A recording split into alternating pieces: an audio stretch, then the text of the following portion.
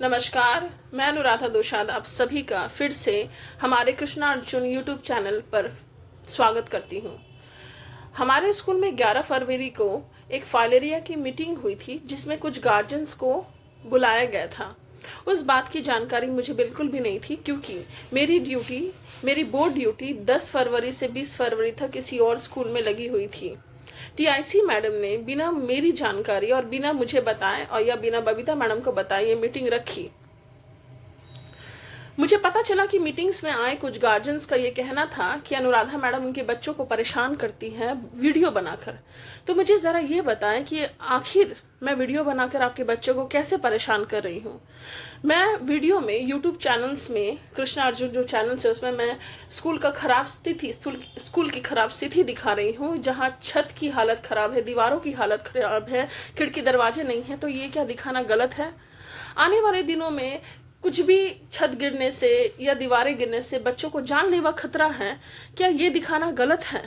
मैं YouTube channel के माध्यम से ये बातें सरकार तक पहुंचाना चाहती हूँ कि वो स्कूल में आए और टीआईसी मैडम को ये सब घोटाले के चक्कर में सस्पेंड करें और हमारे स्कूल का निर्माण अच्छे से रेनोवेट करें। तो क्या ये दिखाना गलत है? मैं आप सभी गार्जियन से ये बात पूछना चाहती हूँ कि आपने कभी भी गार्जियंस मीटिंग्स के लिए कभी कोई डिमांड क्यों नहीं की? आप क्यों नहीं आए सभी एक साथ कि मैडम यहाँ स्कूल की स्थिति इतनी ख़राब है, हमारे बच्चों के लिए फैंस ठीक नहीं हैं, लाइट नहीं है, स्कूल में बेंच नहीं है, खिड़की दरवाजे नहीं हैं, बच्चों का इतना प्रॉब्लम है। आप लोगों ने क्यों नहीं आवाज़ उठाया? और जब मैं और बबीता मैडम ये आवाज़ उठा रहे हैं बच्चों के लिए, तो आपको इसमें समस्या क्यों है? हम भी तो उन दूसरे टीचर्स के जैसा आंख बंद करके अपने घर में रह सकते हैं। जैसे मिस्टर कमलेश पांडे जो टीआईसी के हस्बैंड हैं, वो अक्सर सभी टीचर्स को ये ऑफ़र देते थे कि आप घर पे रहिए, आने की ज़रूरत नहीं है और हम लोग संभाल लेंगे, मतलब वो लोग संभाल लेंगे और आप ऐसे ही आप सैलरी उठाते रहें। ये ऑफ़र तो हम लोग भी तो एक्सेप्ट कर सकते थे, लेकिन हमने सच का साथ चुना और बच्चों के लिए हम खड़े हुए क्योंकि हमें पता है आखिरी में हमें जो सैलरी मिलती है वो बच्चों के लिए ही मिलती है।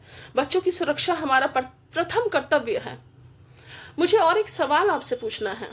11 फरवरी में आए उस फाइलेरिया मीटिंग में आप सभी गार्जियंस ने एक पेपर में साइन किया था, जहाँ पर आपने कुछ गार्जियंस ने मुझे कहा उस ऊपर में कुछ लाइन लिखा हुआ था, उसके बाद आपने सिग्नेचर किया।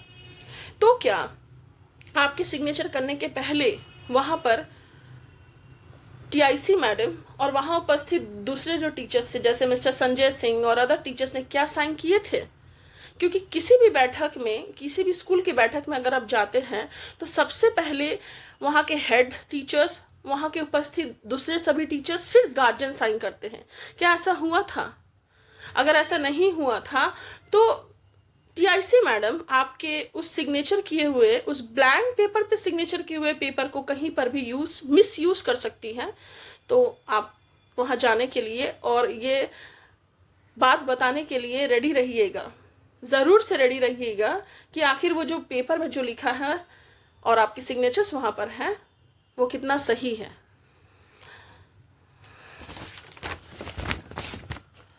आप सभी को मैं मिस्टर संजय सिंह के बारे में भी कुछ महत्वपूर्ण बातें बताना चाहती हूँ। मिस्टर संजय सिंह हमारे स्कूल की हिस्ट्री के टीचर हैं और उनके यहाँ ज्वाइनिंग 2021 में हुई थी।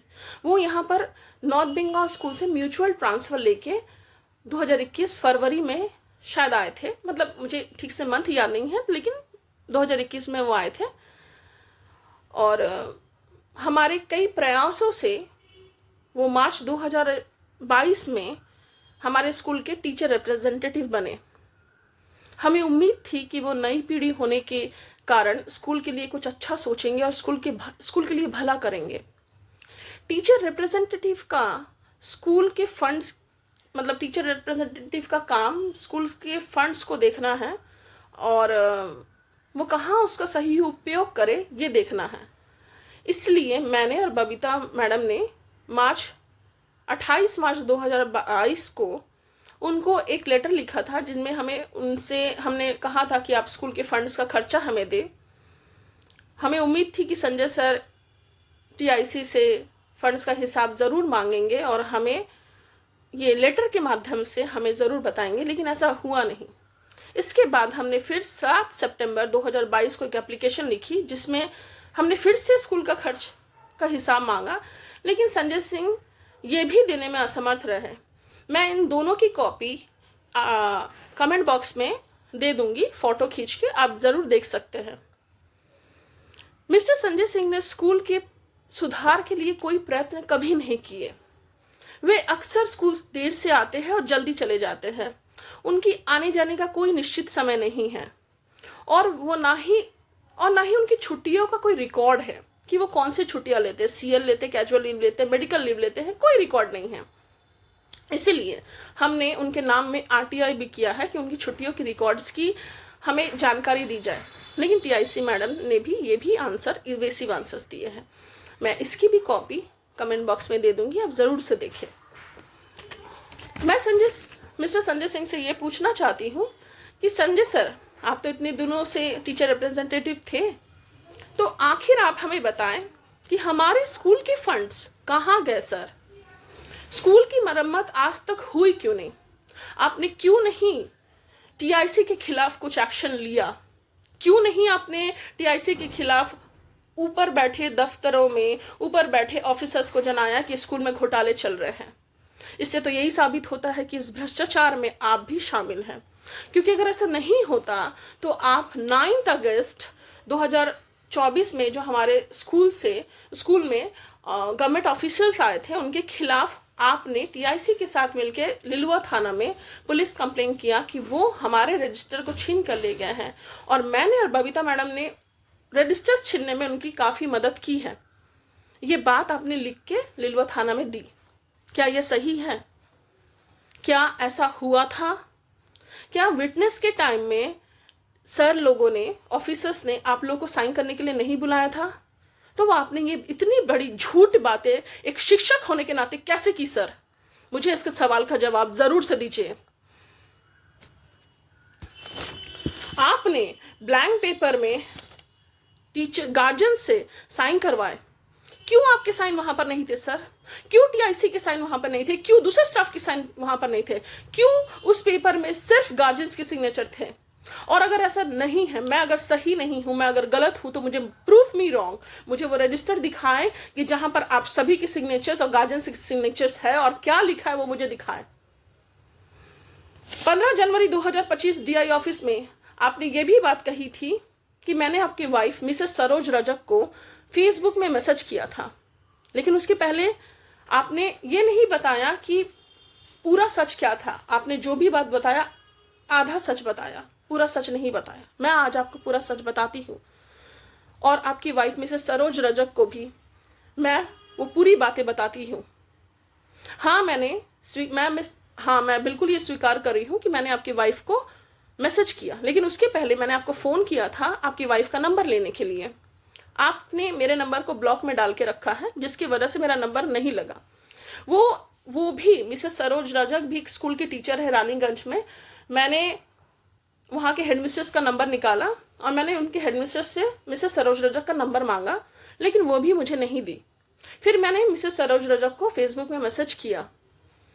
मैं जानना चाहती थी, मैं उनको बताना चाहती थी कि मिसेस सरोज रजक, आप भी एक शिक्षिका हैं, आप एक गवर्नमेंट स्कूल के टीचर्स हैं, और चूंकि गवर्नमेंट स्कूल के टीचर होने के नाते आपको भी गवर्नमेंट के नियमों से भली भांति परिचित है, तो आप अपने हस्बैंड को क्यों नहीं रोक रही हैं कि इस भ्रष्टाचार में शामिल ना हो?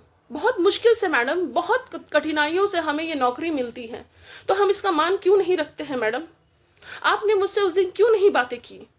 और चूंकि आपकी हस्बैंड ने, मिस्टर संजय सिंह ने, ये बातें डीआई ऑफिस में उठा दी है, इसलिए मजबूरन होकर मुझे ये बात और ये वीडियो आप तक पहुंचानी पड़ रही है। क्योंकि अगर उस दिन आप मुझसे बात कर लेती, अगर आप मेरी बात सुन लेती, तो शायद ये वीडियो के जरिए मैं नहीं आपको ये बात पहुंचाती, और शायद आपके समझाने पर आपके हस्बैंड रुक भी जाते कि नहीं, इस भ्रष्टाचार में शामिल नहीं होना है, आपको आपकी नौकरी प्यारी, आप आइए अपना नौकरी कीजिए, बच्चों को देखिए। लेकिन आपके हस्बैंड दिन पर दिन भ्रष्टाचार में टीआईसी मैडम के संग घुसते जा रहे हैं। कोई फंड्स का हिसाब उन्होंने कभी नहीं दिया। मुझे तो ये भी डर है कि ज़रूर उन्होंने ही आपको मुझसे बात करने के लिए मना किया होगा, क्योंकि उनके मन में ये डर था कि अगर आप उससे बात करती है तो उनके भेद ज़रूर खुल जाएंगे।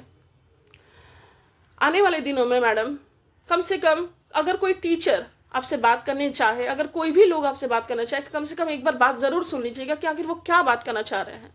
आंख बंद करके किसी पर विश्वास मत कीजिएगा मैडम।